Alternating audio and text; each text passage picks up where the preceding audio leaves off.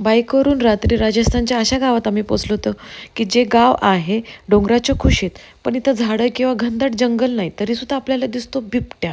हो, घनदाट जंगलात नाही तर दगडांमध्ये दिसतो बिबट्या.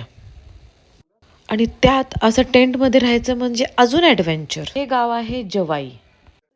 हे आहे जवाई नेचर स्टे. आणि अशा समोरच्या दगडांमध्ये बिबट्या राहतो.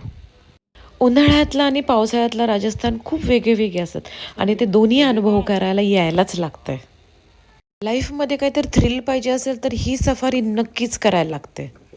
इथे सकाळी आणि दुपारी अशा 2 सफारी आहेत.